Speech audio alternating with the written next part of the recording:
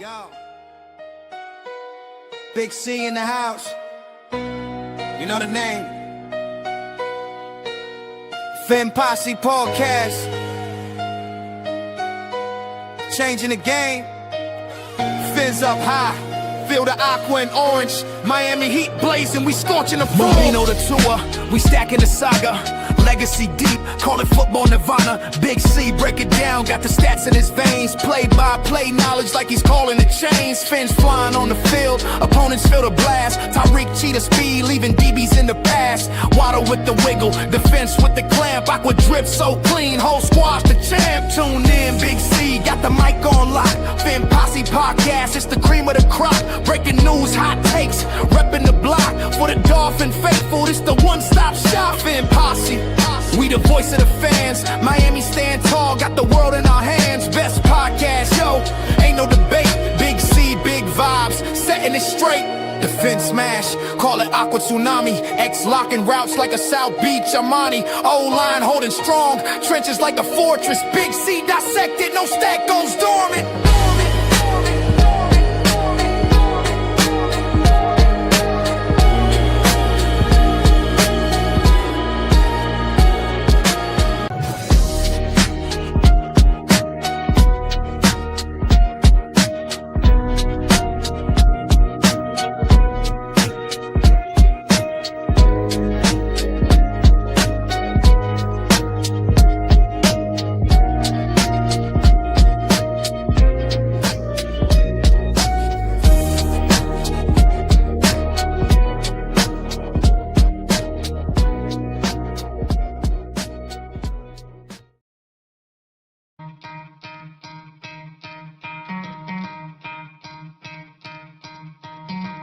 Try to play, but you're never gonna beat me. Look the other way, what I'm doing ain't easy. Bloody hands stained from the people who deceive me. Muddy hands break through the chains, go free me. Looking for change, looking for pain. Pulling a mob, pushing a train. I'll never stop, stick to a lane. Pick up the pieces and go rearrange. I'll be the best above all the rest, put me to the test. Expect nothing less, your check as I'm chess. What's happening next? You got the venom, a tangible weapon, no come. What up, Fin fans? What up, football fans? Welcome to another episode of the Fin Posse Podcast. I'm your host, Big C, and this is brought to you by Game Changers Media. How is everyone doing this beautiful Saturday morning?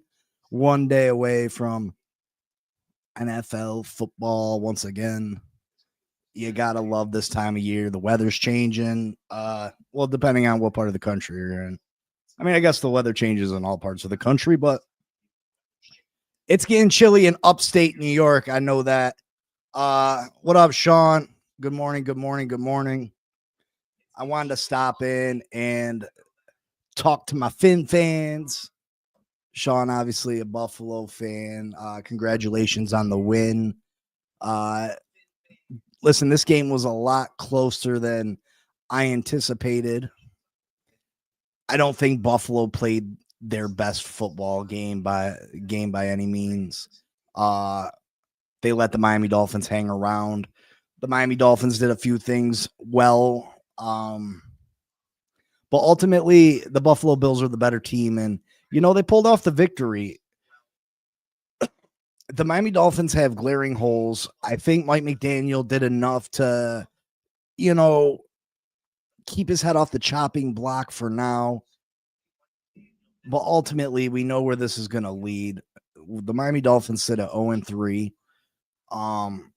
The chances of them overcoming that deficit to do anything is such a long shot. I think it's 1 in 41% or 1 in 41, something like that. So not very good odds for the Miami Dolphins. Although the Miami Dolphins do have winnable games on the horizon. We have the Jets on Monday night. We'll be wearing the rivalry uniforms. Then we have Carolina. And then the Chargers. That Chargers game is going to be huge if the Miami Dolphins plan on turning things around. But things are going to have to change. These rookies that we're counting on, Jonah, Kenneth Grant, Jason Marshall, they're going to have to step it up and in a hurry and in a hurry, because we're relying on them. And, maybe it's not fair to put so much pressure on rookie players, but we need them to hit the ground faster than what they are. And I think that's the major problem with this football team right now, is that we drafted these players and we expected them to come in and contribute right away, and they're just not there yet. Jonah Savai is the worst rated guard in all of football. Now, do I think Jonah will be a good guard in the NFL? I'm hoping so. But he looked a lot like Liam Eichenberg the first 3 weeks of the season. He's looked a lot like Liam Eichenberg. He's got to improve, and he's got to do it quickly. Like I said, he's the worst rated guard in football right now. He allowed 6 more pressures on Thursday. It's not a recipe for winning football. We've talked about establishing the run, and the Miami Dolphins have actually done a good job at running the ball. We just haven't ran the ball enough. You know what I mean? You're right, Elwood. I think they should move Jonah to the right because he's more comfortable over there.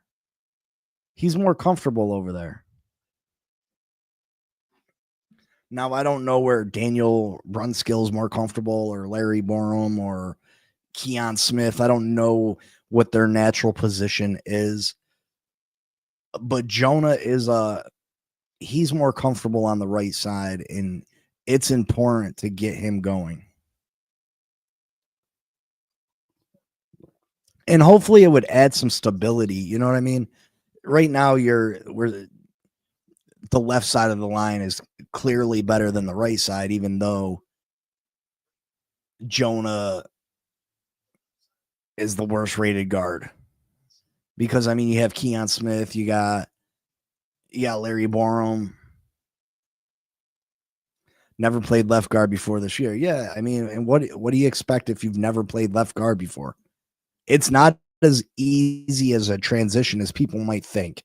People think, oh, you're just up there, you're blocking. No, I mean, your footwork's different. Your technique is different. It's completely different. And I think they should put the young rook in the best possible position to succeed. That's just my opinion. But the Miami Dolphins did show some fight. They have not given up on Mike McDaniel yet. They were out there. They answered the Buffalo Bills. There was times where I thought that Buffalo had an opportunity to maybe really put a dagger in us, go up by 2 scores, and somehow, some way, we kept in that game, and we were right in it till the end. Obviously, Tua with the interception in Buffalo territory in the red zone, which was an absolute killer with about 3 minutes left. That was huge, obviously. What people won't tell you, I mean, Tua is to blame for that 100%. Well, Daniel Brunskill absolutely whiffed on the defensive tackle, the rookie defensive tackle out of Kentucky, Deion Walker. Deion Walker is his name, right? Absolutely whiffed on him. He was charging down to his throat. You know what I mean? I don't understand why we didn't run the ball in that situation. It was first down. I think we should have just pounded Ali Gordon, to be honest. Why are we throwing the ball? Do we really want to leave Josh Allen 3 minutes left? Do we really want to do that anyway? What if we got in the end zone? We're going to leave Josh Allen 3 minutes to drive down the field? No, run the football. Eat as much clock as you can. Maybe get them to start using their timeouts. I think they had used one timeout way earlier in the half already. What's up, NFL Reality Check? What's up? Good morning. But the Dolphins, the Dolphins performed better than I thought they were gonna. They definitely did. They showed some fight. honestly, I was a little bit surprised. I thought that these Buffalo Bills were going to blow them out. I really did. We're down on our luck right now. We have a depleted secondary. I thought Josh Allen would be able to take advantage of that. Although I don't love Buffalo's wide receivers, they got some decent weapons. Their tight ends are okay. Shakir's a decent wide receiver. Coleman's still young. But no one that really scares you, you know what I mean? But Josh Allen is so great that I thought that they'd try to take advantage, you know what I mean? Especially with Jason Marshall going down early in that game. This secondary, it seems like we lose someone else every week, right? It just seems like when it rains, it pours. It seems like we continue to lose players at positions we can't afford to lose players at. We have no depth on the offensive line. We keep losing players there. We have no depth at the cornerback position. We keep losing players there. It's just stupid. No Oliver or Milano helped. Absolutely. That definitely did help. And we ran the ball pretty efficient against the Buffalo Bills. But again, we went away from it. We went away from it.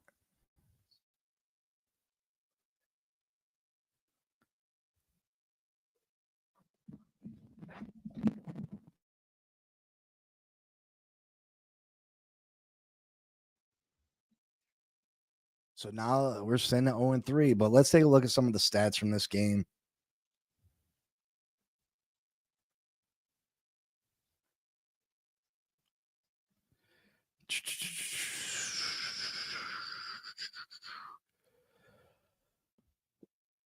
So the Buffalo Bills win 31-21. Miami went up early thanks to a great punt return to open the game by D. Estridge. Buffalo answered. Then Buffalo went up 14-7. They had an opportunity to go up 17-7, but a missed field goal kept us alive. We went down, scored a touchdown, tied it up. We went into the third quarter. Buffalo went up 21-14. We then tied the game 21-21. After our defense finally got it going a little bit, we forced a couple punts finally. And then scored 21-21. 10 minutes left to go in the game.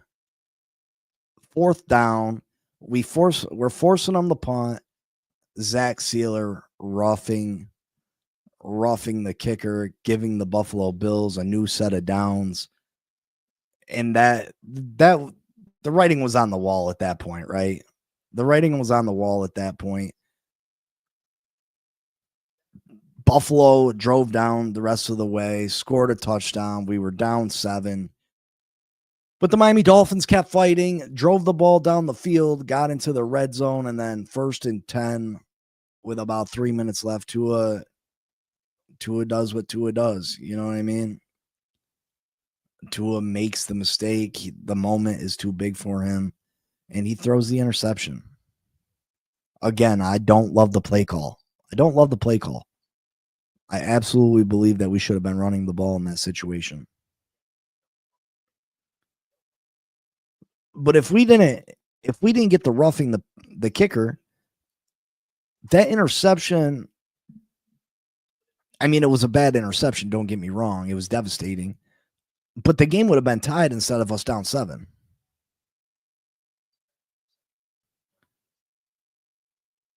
The game would have been tied instead of us down 7. So we would have still had an opportunity. The Buffalo Bills would have had a first down from the 15, 17, wherever they had the ball at. By that point, I was, you know what I mean? I don't know where the Buffalo Bills, after the interception, where the ball was placed. Because at that point, I just said I was devastated.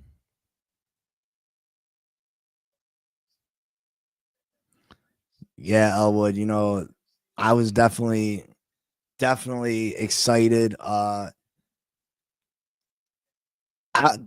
was surprised, you know what I mean? But then when that roughing the kicker, man, that was so bad. So bad. So bad. Let's take a look at some of these game stats. Josh Allen, 22 of 28, 213 yards, 3 touchdowns. Josh Allen's super efficient. I didn't think he looked overly great, though. Those are great numbers. 22 of 28, 213 yards, 3 touchdowns. Those are great numbers, but he was efficient, but I didn't think he looked great. Cook looked really good, especially in the first half. Second half, we kind of held him in check. He ran 19 times, 108 yards, 5.7 yards a carry, and a touchdown. Josh Allen ran it another 4 times for 25 yards. Kincaid, the tight end. Tight ends have been a thorn in our side forever. 5 catches, 66 yards, and a touchdown. Shakir, 4 catches, 46 yards, and a touchdown. And Hawes, the rookie tight end, he had 1 catch, 5 yards. First catch of his career goes for a touchdown. And then you got the Miami Dolphins, 22 of 34 for Tua, 146 yards, 2 touchdowns, and that devastating interception. Devon Achane, 12 carries, 62 yards, 5.2 yards a carry, but only 12 carries. That's not good enough. That's not good enough. Ollie Gordon, 9 carries, 38 yards, 4.2 yards a carry. He gets his first career touchdown. Listen, 9 carries, 38 yards. That's not, oh my God, look at that. But the things that he did in this football game are things that we've been desperately looking for the last few years. And we'll get into that more in a minute. Malik Washington, 2 carries, 20 yards, 10 yards a carry.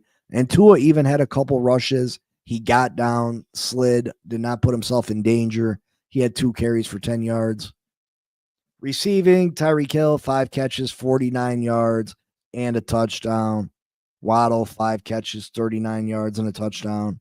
Achane, 7 catches, only 29 yards. 29 yards on 7 catches. Again, 7 catches, 29 yards.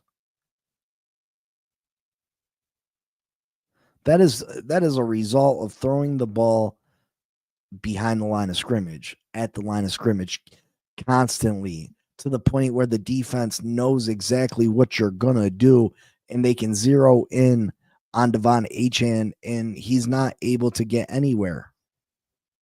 He's not able to do anything. Tua, 11 of his 22 completions were behind the line of scrimmage. Tell me how that's a winning recipe for football. Tell me how that's a winning recipe. 11 of 22 completions are behind the line of scrimmage.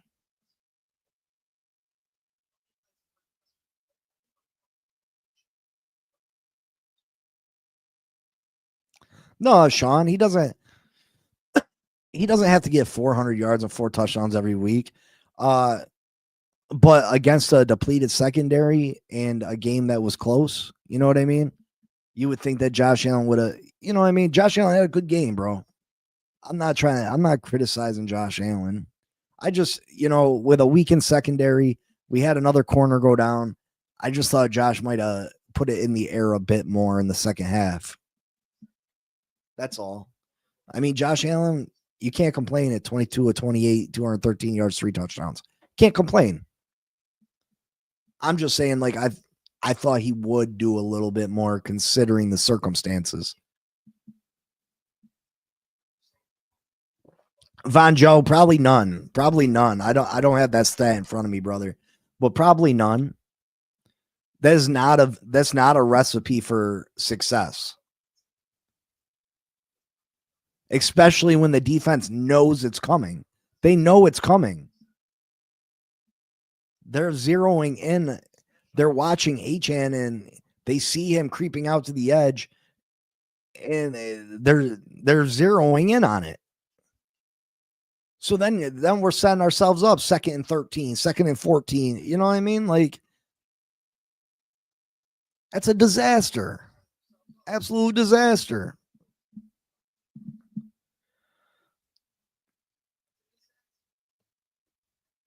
The play calling's got to improve. We got to figure out how to get the ball down the field more. And I know that the offensive line hasn't been great. But we've had the offensive line not be great here and still figured out how to get the ball. And I'm not talking about 30, 40-yard passes, but we gotta move forward instead of sideways. We gotta go forward instead of sideways. Everything gotta be going forward. A gain of 2 is better than a gain of 0 or minus yards. Total yards, the Miami Dolphins had 276, Buffalo 360, passing 146 for the Dolphins, 203 for the Bills, 130 rushing for the Dolphins, 157 for the Bills. Again, we just did not run the ball enough. Yards per play, the Dolphins 4.7, the Bills 6.3. First downs, the Dolphins had 19, the Bills had 23. Third down efficiency, Dolphins 10 of 15, Bills 6 of 11. Would it surprise you if I told you that the Miami Dolphins have the highest third down percentage as far as efficiency in the NFL? An 0-3 team has the highest efficiency on third down in the NFL. That just shows you how badly this defense is played. Fourth down efficiency, Miami was 1 for 1. Buffalo didn't attempt one. Total plays, Dolphins 59, Bills 57. Sacks allowed, Bills allowed 2 sacks. Miami allowed no sacks. Miami had 4 punts, Buffalo 2. Sorry, my eyes are bad. I can't see. Miami had 6 penalties for 57 yards, Buffalo 3 for 25 or 35. Fumbles lost. Neither team had a fumble lost. And time of possession was, it favored the Bills just by a minute or so. So not bad there.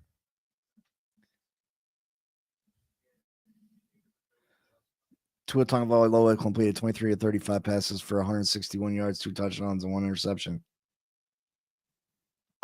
He had 22 of 34 for 146 yards. So our numbers don't match up.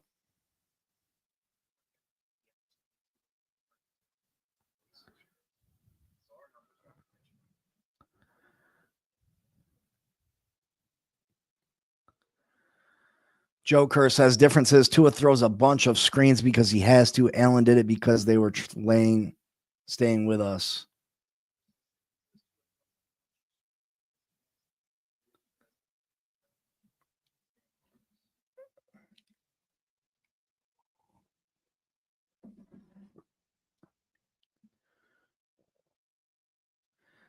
Yeah, Cap. I mean, again, I think we all expected this defense to be better.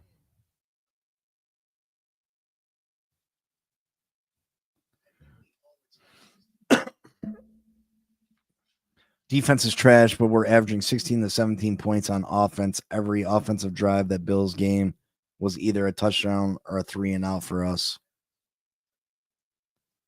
The numbers don't match up.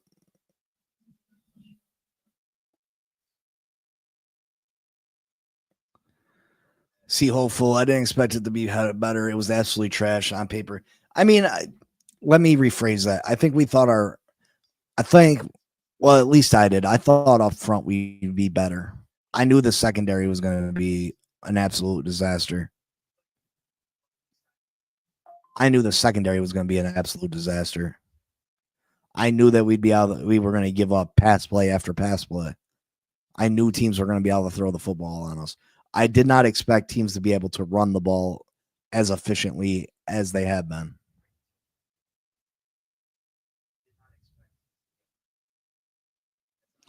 I agree, but we're not stopping the run whatsoever.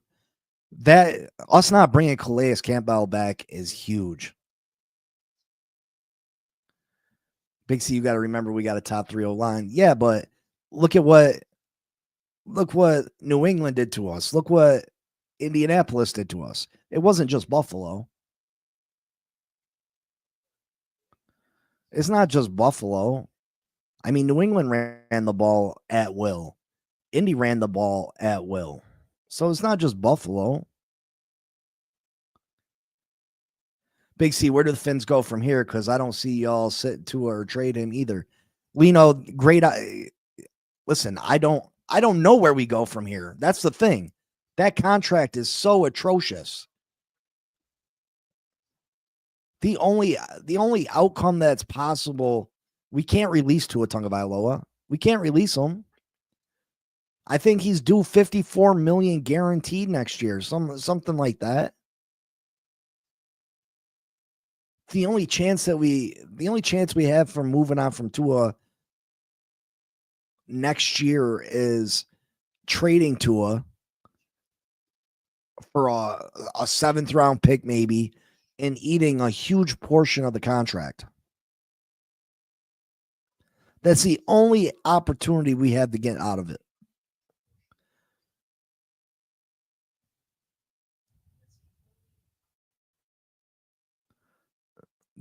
And who's trading for Tua at this point?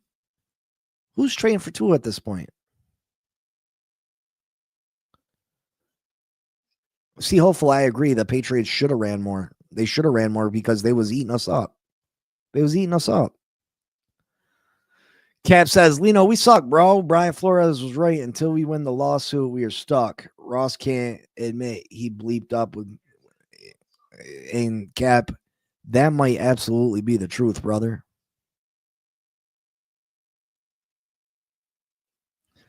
Let's eat that contract. We don't need the cap. We need a quarterback. And see, hopeful, I think Tua's going to win. He's going to win some games. So if this team's really about the rebuild, really about moving on from Tua Tagovailoa, maybe they should sit Tua.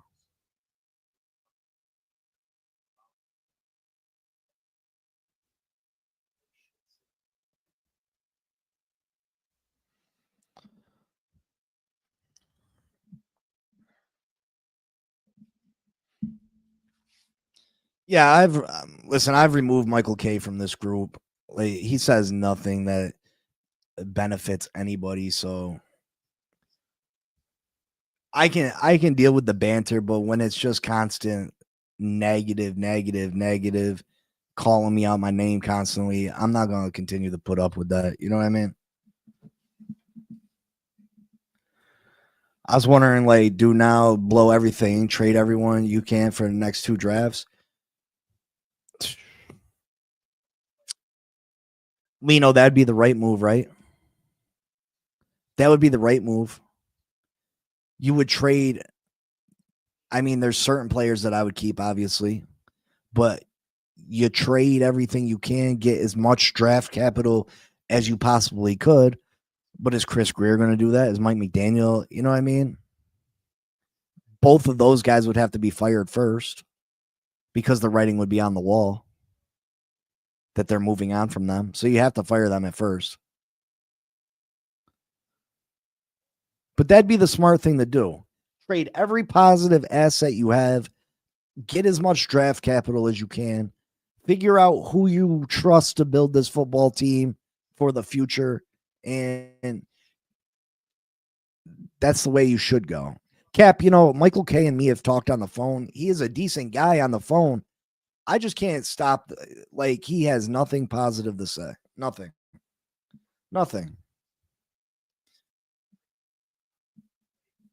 And it's a nuisance every day of my life to sit there and him to just like, shut the hell up. Dang.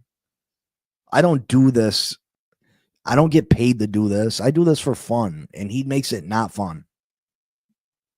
That's just my opinion. I'm sorry if you guys think that's soft or whatnot.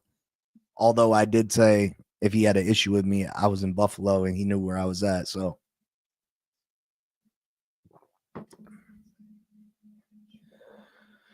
this defense is built for a pass rush. Without a lead, we can't get the pass rush going. Offense is supposed to lead us. Yeah, but the defense can't continue to, they can't continue to give up points on every possession. Like, damn. Like, how many times have we, in 3 games, how many times we had the opponent's punt? 4, 5? See, hopefully it was all right. I mean, the luxury suites, the Caesar suites were nice. Great view. The fans weren't bad this time. You have some that say stuff. The traffic horrible, parking horrible.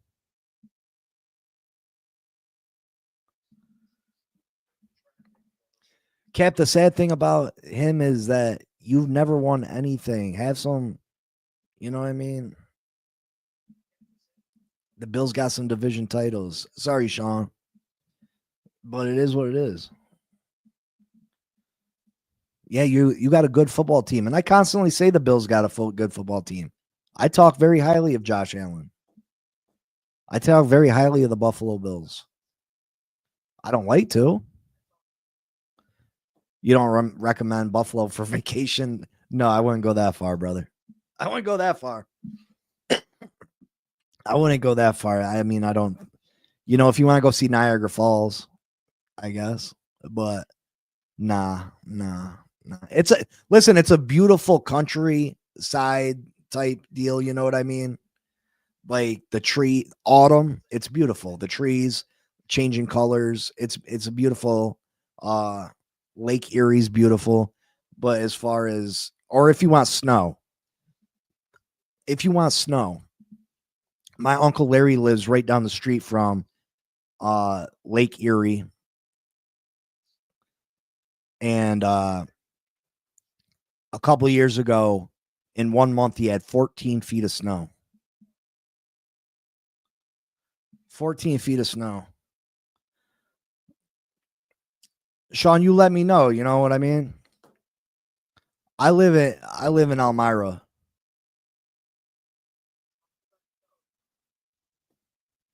I'm 2.5 hours away from Buffalo, 2 hours, 40 minutes. Yeah, 14 feet. Like it's lake effect snow. Like they regularly get 4 or 5 feet of snow. Like that's nothing within 4 or 5 days. Lewis says Tua sucks and must go. Brother, I'm on board. I've tried to defend him. I've tried to.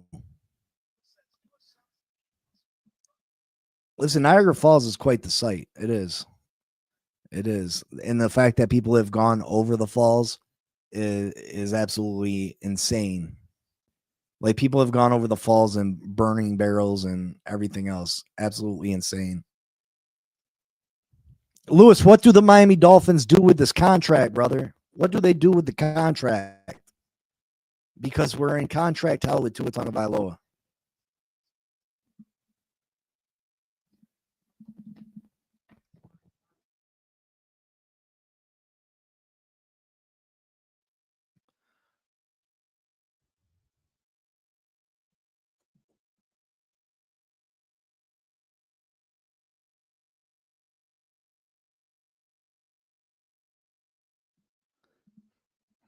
Michael K, just don't stop. Blocked again. Uncle Larry gonna troll us too. Oh, I heard it when I got back to his house. I heard it when I got back to his house. That's why I said I got some Buffalo fan. Like I can take the shit talk. You know what I mean? But if you can't ever say anything positive, there's nothing positive that comes out that man's mouth. That's why he's got 37 different accounts. I don't care. You're going to have to keep making them. I felt bad the first time I blocked him. I don't feel bad no more. Like I said, I do this for fun. He makes it unfun. All right, so the good, the bad, and the ugly. Let's start out with the bad. The bad, Zach Sealer was bad. Mostly the running into the punter. And, listen, things happen. I love the effort.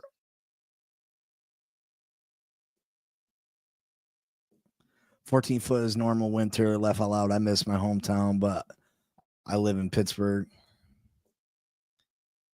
Nice, nice. You're from Buffalo, Lino?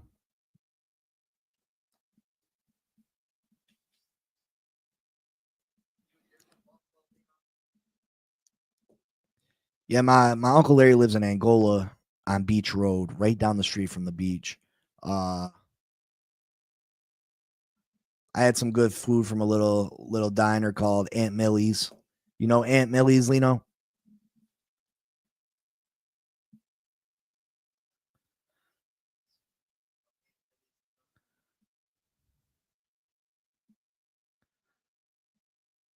I've been to that bar, what's it called?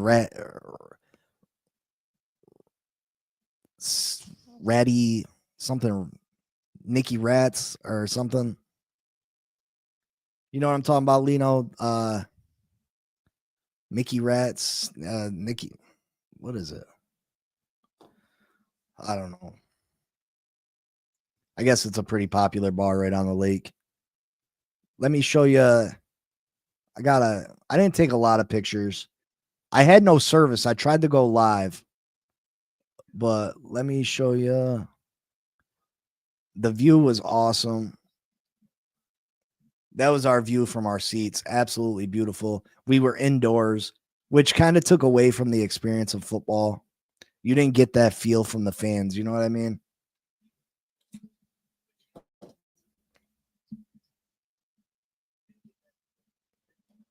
And then me and TD, whoever this dude is right above TD in the Dolphins shirt, he is the funniest guy I've ever met. He is the funniest guy I've ever met.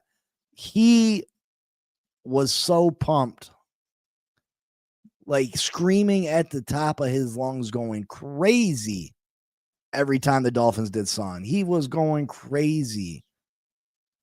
Like, ah, like just going crazy, standing on his chair, talking all the smack in the world to the Bills fans.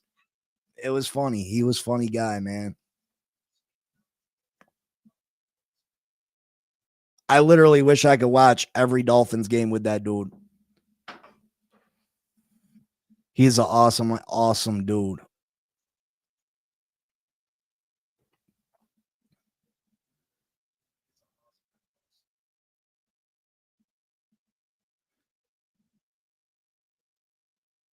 Nah, it's on the outside of it's on the outside of the city.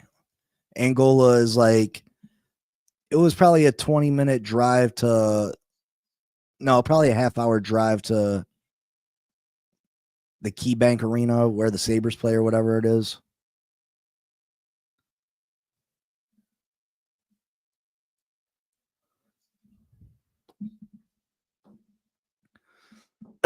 Yeah, but the bad. Zach Sealer, he had I love the effort. He was trying to make a play. I think it was a bad time to try to get a block punt at that moment. Um, we should have just got the ball back. We should have just got the ball back. Um, but not just that. Not just that. He had, let me see. He had 26 pass rush attempts, 0 pressures in this game. Through 3 games so far, Zach Sealer has yet to record a tackle for loss or a sack. This is a guy we just gave a contract extension to. This is a guy that has back-to-back 10-sack seasons. This is a guy that we're expecting more from. Now, I do think they got him playing out of position. I think they're using him more as a nose tackle, and he's not a nose tackle. So I think he's playing out of position a lot of the time. So all the blame's not on Zach Sealer, but Zach Sealer has definitely not been a bright spot on this football team so far. More bad, or the ugly. Jonah Savai Naya. Jonah is the lowest rated guard in the NFL. He allowed 6 more pressures on Thursday night. If it makes you feel any better, Keon Smith is the second lowest rated guard in the NFL. He was benched at halftime. His replacement, Daniel Brentskill, was the guy they allowed the pressure on Tua Tagovailoa on the game sealing interception. This offensive line has been atrocious at the guard position and the right tackle spot. Absolutely terrible. Terrible. And then the more of the bad or the ugly, whatever you want to call it, I'm going to mix in Mike McDaniel, Tua Tagovailoa. Listen, Tua didn't play horrible. He didn't play horrible, but the mixture of checkdowns, the mixture of calling these screenplays, Mike McDaniel abandoning the run, just not good. Like I said, 11 of his 22 passes were behind the line of scrimmage. 22 completions. 11 of his 22 completions were behind the line of scrimmage. That is a recipe for disaster, especially when the defense knows it's coming. They zero in on it.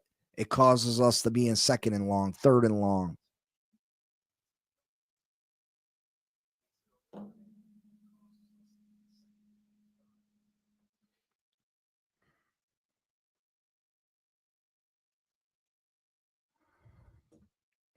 Michael K just does not stop.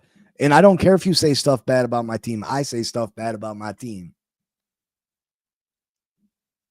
But I've never heard a positive word come out that guy's mouth. Except on the phone. On the phone, he's a decent human being.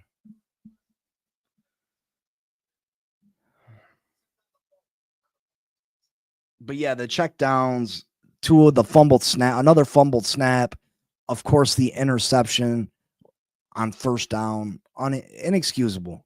Inexcusable for Tua Tagovailoa and Mike McDaniel's play calling.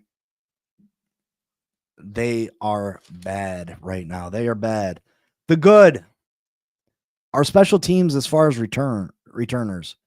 D. Estridge started the game with a 49-50-yard punt return or kickoff return that set us up for an opening drive touchdown. He had another return in the fourth quarter that took us out to the 37. He's been really good so far. And Malik Washington, he had the punt return our last week was it a punt return or a kick return? It was a punt return for a touchdown last week. He didn't have a huge game this week, but he averaged 11 yards a return this week. Bills punter Cameron Johnson with just a net average of 36.5, which isn't great. Another good thing about this Miami Dolphins, another positive, of course, Devon Achane. Devon Achane's been fantastic for the Miami Dolphins this year. But Ali Gordon only had 38 yards on 9 carries, which isn't a huge night for running back. It's not a huge night for a running back. But Gordon's ability to pick up first downs on second and short, third and short, is something this team has been missing. He had 3 opportunities on Thursday night. He had 1 second and 1 and 2 third and 1s. He converted all 3 of those attempts.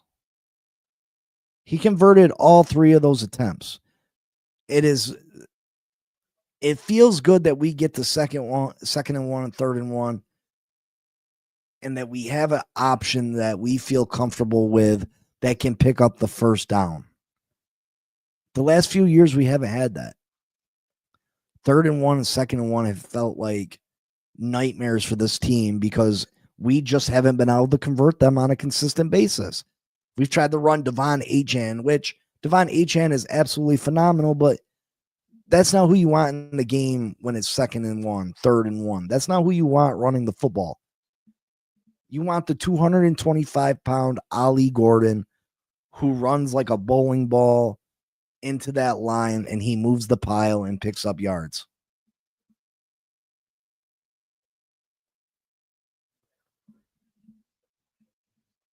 He also pushed his way in for his first career touchdown. Love seeing that. We need to get the ball in Ollie Gordon's hands more.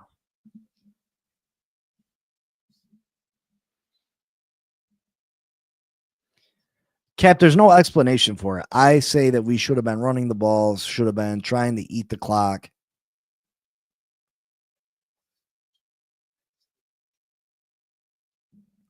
Someone explained to me why the hell we would throw on first down with 2 timeouts left in the fourth quarter. I'll tell you why.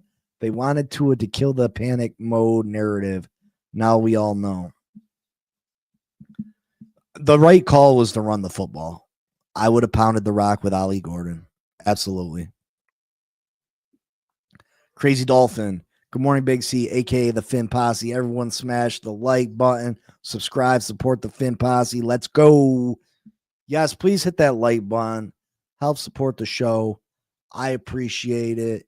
I'm trying to get back in this this algorithm. I deleted a bunch of videos. It's been rough since then. It's been rough. I was picking up 45 to 70 subscribers a month. I think in the last month I've picked up 10 since I've deleted the videos. But yeah, hit that like button, subscribe, share, do all that stuff. I appreciate you all. And I love y'all. For real. For real. But yeah, where do the Miami Dolphins go from here? Again, we have some winnable games coming up. I don't think Mike McDaniel is going to get fired right now. I think he's done enough possibly to save his job for now. If we would have got blown out by Buffalo, I think we'd be talking about a different story. And then, there's a very good chance that we beat the Jets at home. Although Tyrod Taylor scares me more than Justin Fields does. Tyrod Taylor actually is a decent thrower of the football, especially his deep ball. And against the secondary, that could create issues for the Miami Dolphins.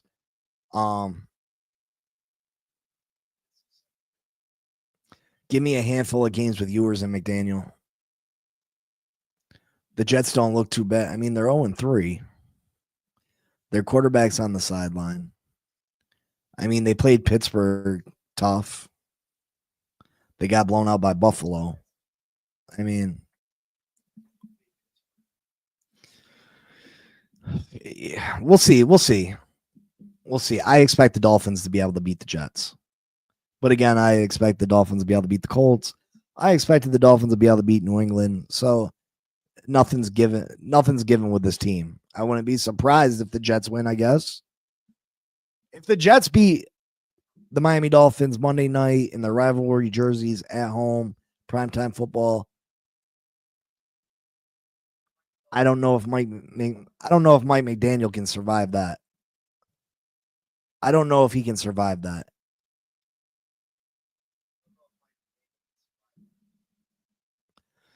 But we have the Jets. That's a winnable game. We have Carolina.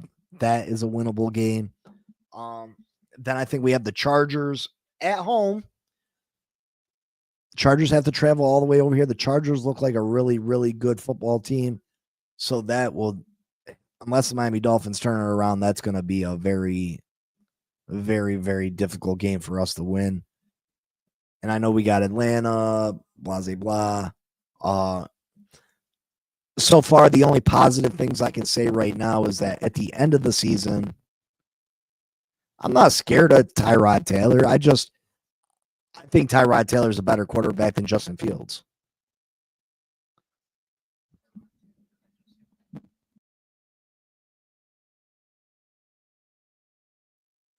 I mean, I think Tyrod Taylor gives the Jets a better chance to win, honestly. I'm not saying I'm not scared of him, you know what I mean? Like, he's a backup for a reason, obviously.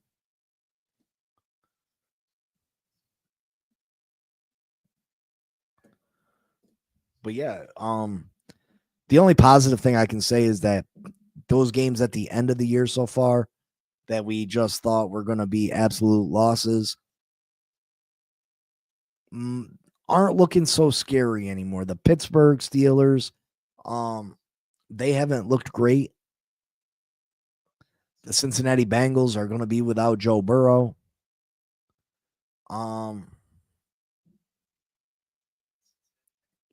So who knows? Who knows where teams are going to be by that point? We'll have the Saints still. Do I think this team can turn it around?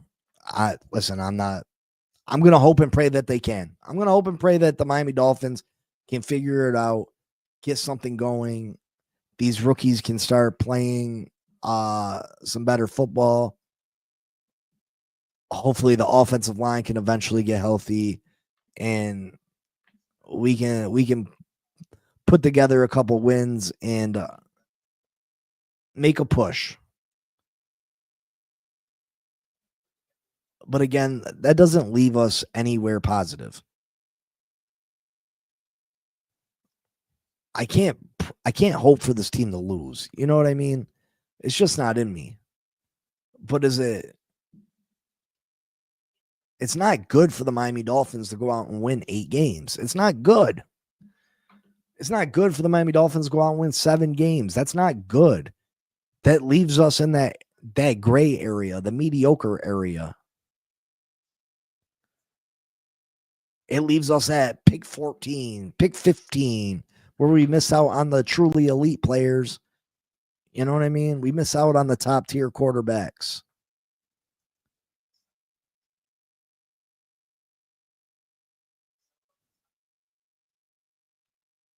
So, I mean, it would benefit us to win 3 games where we have an opportunity to maybe grab the top rated quarterback coming out or the top rated player at whatever position we choose to draft. But obviously, quarterback is the biggest need for this team.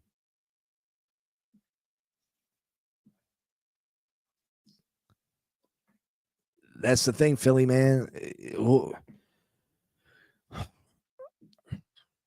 I think that deal probably does eventually get done. But I think that they're going to wait till the very last second. They're going to try to continue to win this season, try to save face with Stephen Ross. And when there's no hope left and the trade deadline is approaching, that's probably when they ship him out. But again, the smart thing to do for the Miami Dolphins at this point, sitting at 0-3 and not a lot of positives or team stability, the smart thing to do is trade any valuable assets that you have for future draft capital. So your next general manager has tools to work with to rebuild this football team in the image that they see fit.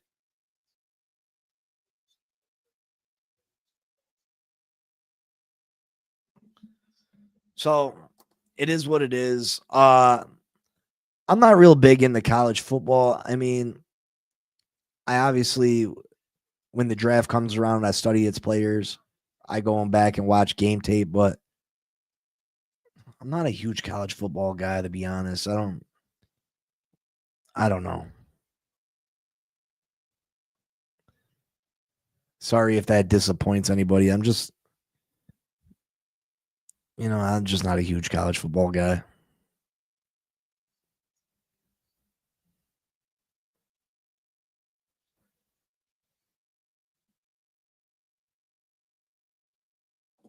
I'm hearing KC fans begging for Cheetah to go back. Cat, because that's the only thing that can possibly save the Chiefs season. The Chiefs got a rough schedule coming up. They're already 0-2. They need Tyreek back.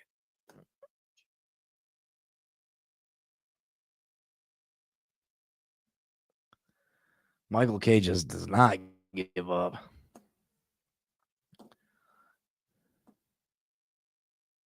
What up, Raphael? What up? What up? Why would Greer trade Hill back to KC?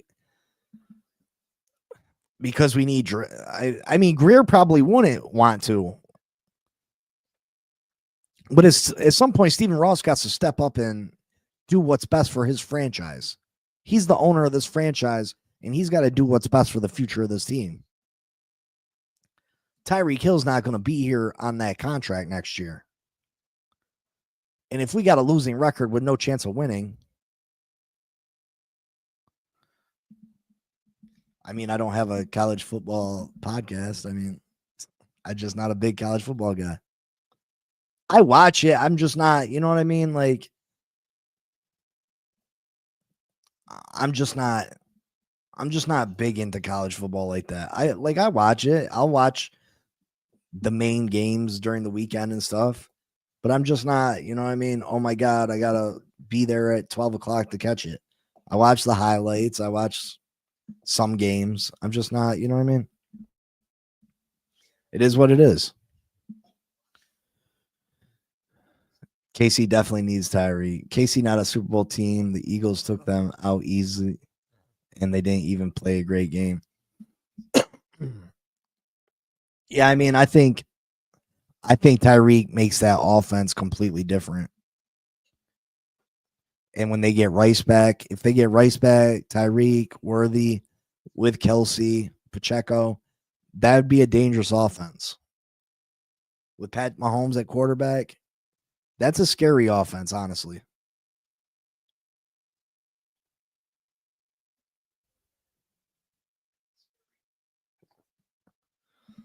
I'm a Buckeyes fan, but I don't mind if I miss watching us play trash teams.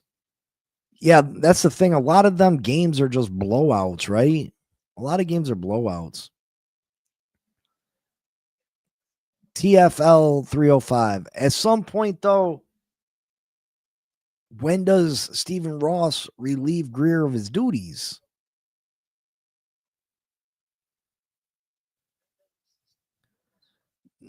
Nah, he gets back this year. Doesn't he get back? And I thought Rice was going to be back in 6 weeks or so. Why would Greer trade Jonnu and Ramsey for Waller? Why would Greer franchise tag Mike Gesicki, then cut him the next year? Why would Greer pay Tua? I don't know. Good questions, Kat. Well, Cap, I think we can all assume that it has something to do with the lawsuit, right?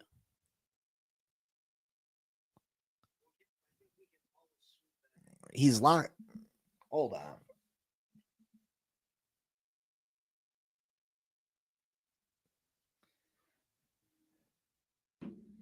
And I feel like that's got to be the case, right, Raphael? Like I mean, maybe I'm totally off base. You know what I mean?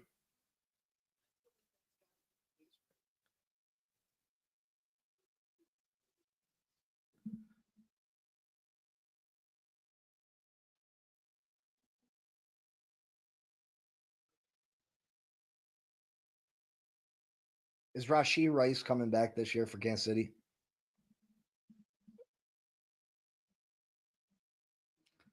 It says he's coming back. He'll miss the first 6 games.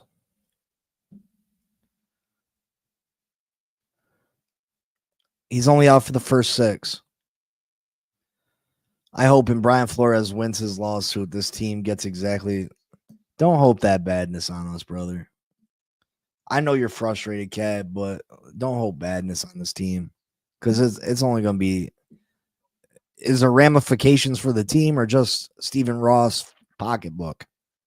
Because if we're going to lose draft picks or anything else, like that's devastating.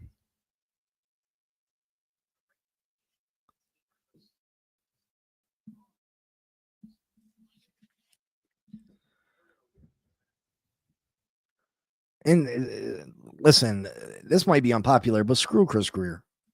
Or not Chris Greer. Screw him too, but screw Brian Flores.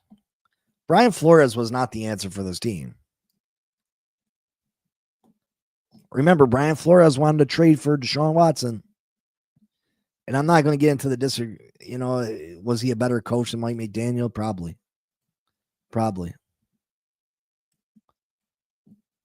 But I'm not a Brian Flores fan. I think he's a shady dude myself. I think he's a shady dude. And maybe they did him dirty, but you know what I mean? I know we lost draft picks. Could we lose more though? Can we lose more if they find them guilty?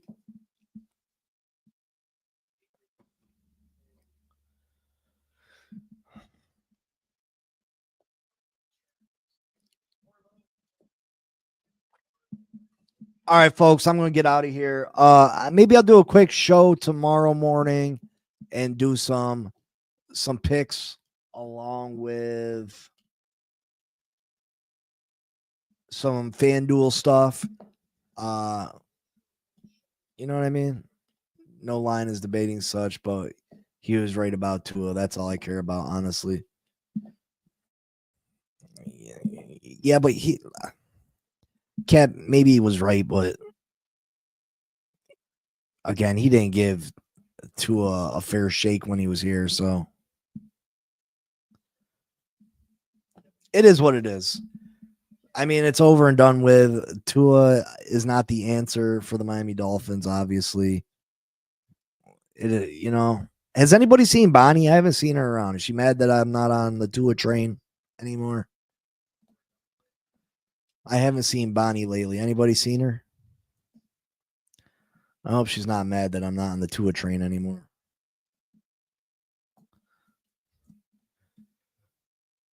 But all right, yeah, maybe I'll do some FanDuel picks tomorrow and pick the games. I picked them last night on Laces Out Live. If you missed that, go check it out. Make sure you subscribe to the Game Changers channel. But I love you. No football for us tomorrow, obviously. We got a long week ahead of us to dwell in our Buffalo Bills loss. But hey, at least we didn't get blown out, right? At least we didn't get blown out. Who knows what the future holds? Hopefully something positive. Hopefully something positive. But all right, folks, I love y'all. I appreciate y'all. Hit that like button, subscribe, comment, share, hit the notifications.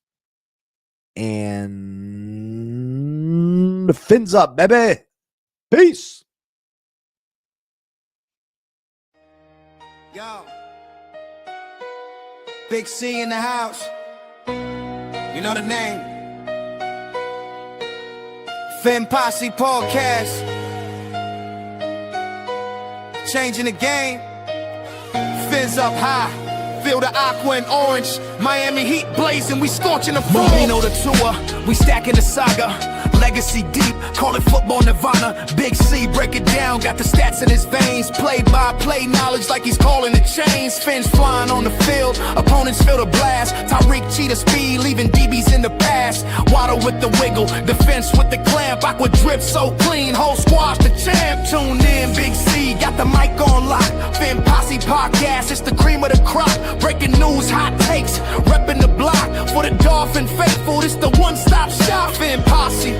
We the voice of the fans. Miami stand tall, got the world in our hands. Best podcast, yo, ain't no debate. Big C, big vibes, setting it straight. Defense smash, call it Aqua Tsunami. X locking routes like a South Beach Armani. O-line holding strong, trenches like a fortress. Big C dissected, no stack goes dormant.